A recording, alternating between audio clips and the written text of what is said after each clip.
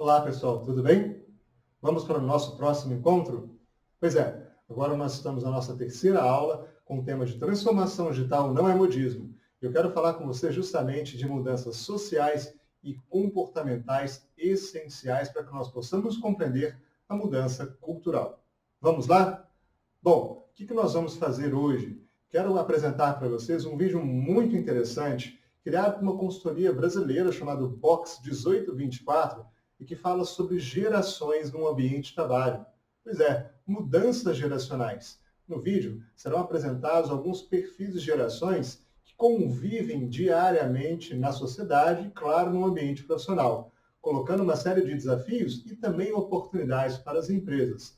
E compreender as características de cada uma dessas gerações, obviamente o seu comportamento, nos dá a condição de compreender o quê?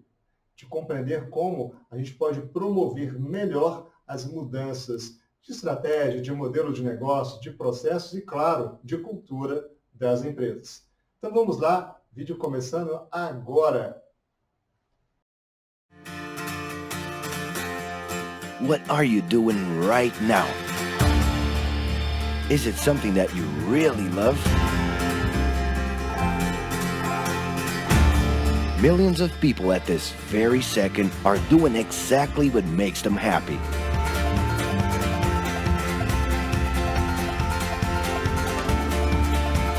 But wait a minute.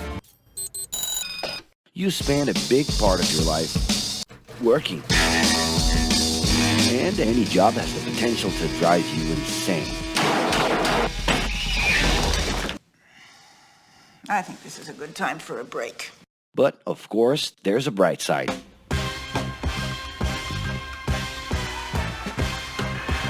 And the best thing, time off.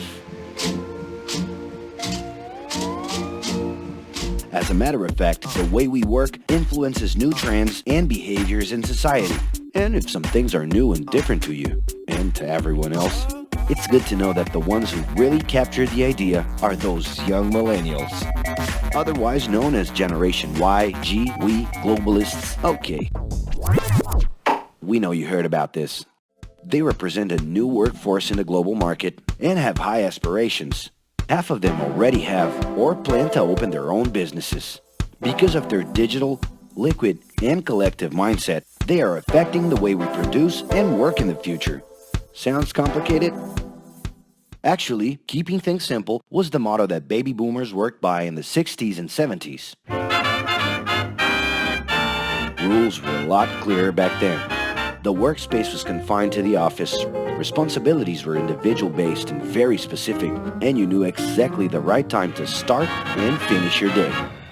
At that time, after the World Wars, the institution represented the security that everyone was dreaming about. Because of this, it made total sense to be a company man and respond well to linear and hierarchical structures. But be careful. Once you chose a career, it was a decision that would pretty much last for the rest of your life. Older workers would teach young ones because putting in long years of experience was essential if you wanted to grow within the company. Having a job would guarantee social status and was the first step towards marriage and a first kid 9 months later. Work didn't mix with personal life. No bringing work home. But baby boomers worked a lot. It's been a hard day's night. And this had to do with keeping a deep sense of discipline and honor. Day-to-day sacrifices guaranteed that the family would be taken care of, and they knew that a big payoff would come, even if it would take a while.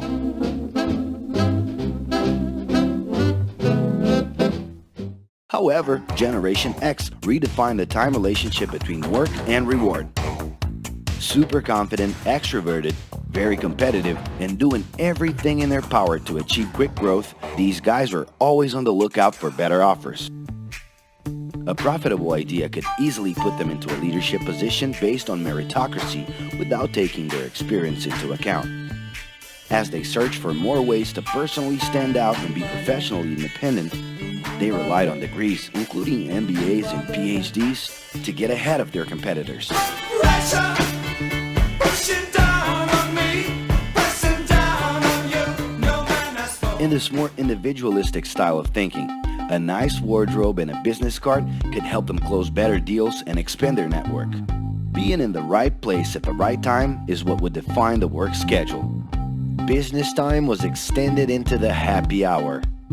This mix between personal and professional life turned a workaholic into someone who was admirable and even sexy.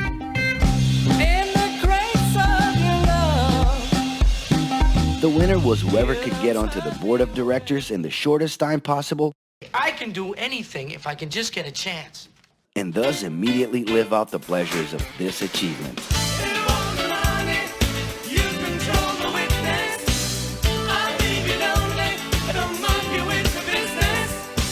But today the journey's a little different.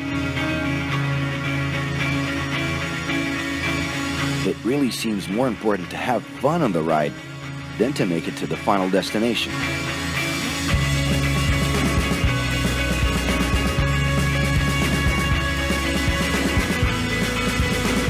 Ironically, millennials, those unpredictable kids, are the ones perfectly translating this new vision. In a time when pleasure determines professional accomplishment, they know, like no one else, how to recognize opportunities that link passion with work. It's not right, but it's now or never. The creative economy, new professions, an entrepreneurship boom, and the new collective power are painting a brilliant and never-before-seen scenario.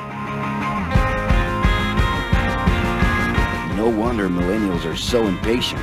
The speed at which they connect with the world sets the pace for their work relations. Projects that only will make a difference in the long term just don't stimulate them.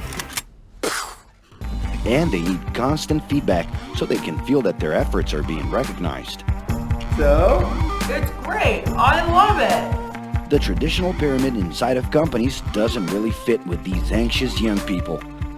They're excited about working with older generations, but only if the relationship is on equal terms and with mutual respect.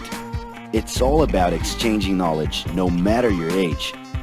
Being that millennials find empowerment in discovering things on their own. It's natural for them to diversify their channels and seek out informal types of education instead of simply picking out a major. In the end, professional commitment is not just a norm. It's something that naturally comes from truly engaging experiences. Besides having a job, it's become more important to have a purpose that can be carried out in different forms at the same time. Mobility, shared workspaces, home offices, and the possibility to create your own hours make work always present, anytime and everywhere. For that reason, people with different work styles are having more freedom to tap into their talents, and even those with introverted personalities can transform their ideas into million-dollar businesses. Yes, you can stay in your pajamas as long as you maintain an updated and attractive profile across your social network.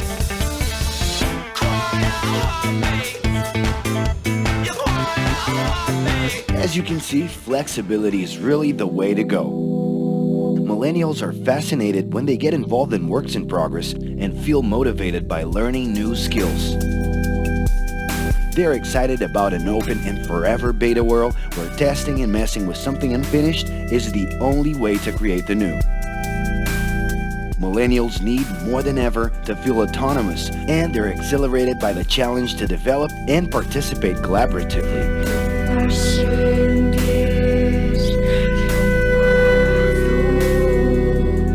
They can change direction quickly and don't let attachments hold them back.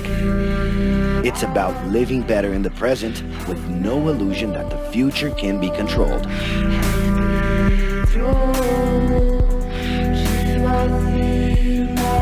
That's because of one simple thing. Whoever adapts more easily can evolve along with the changes. And if you feel overwhelmed by everything so far and are looking for the right answer, well, sorry. We're still going to ask you another question. Are you doing what you love right now? No. So start.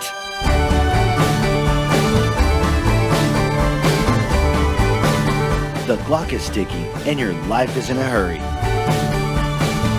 Discover your life's purpose and make it happen.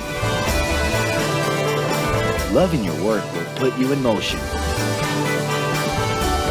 It's the only way to lead a fulfilling life every day.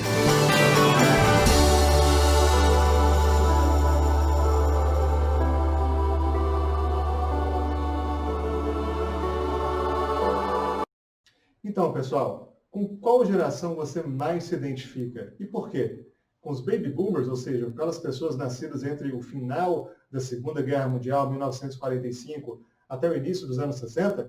Geração X, pessoas nascidas entre os anos 60, início dos anos 60 e o finalzinho da década de 70? Ou geração Y, nascidos ali entre o final da década de 70, início dos anos 80, até meados dos anos 90, finalzinho dos anos 90 ali? Com qual geração você mais se identifica? Agora, um detalhe. É claro, eu posso ter nascido ali, né, na década de 70 e tem uma série de características, tanto de baby boomers quanto de geração Y. Não são ali absolutos. Legal? Bom, essa foi uma apresentação de gerações que nós encontramos na sociedade e, é claro, dentro dos ambientes de trabalho. Isso nos ajuda a compreender o comportamento das pessoas, item indispensável para que possamos também compreender a cultura organizacional. No nosso próximo encontro, vamos falar das grandes e exponenciais mudanças tecnológicas pelas quais nós temos passado nas últimas décadas também. Nos encontramos lá. Um abraço.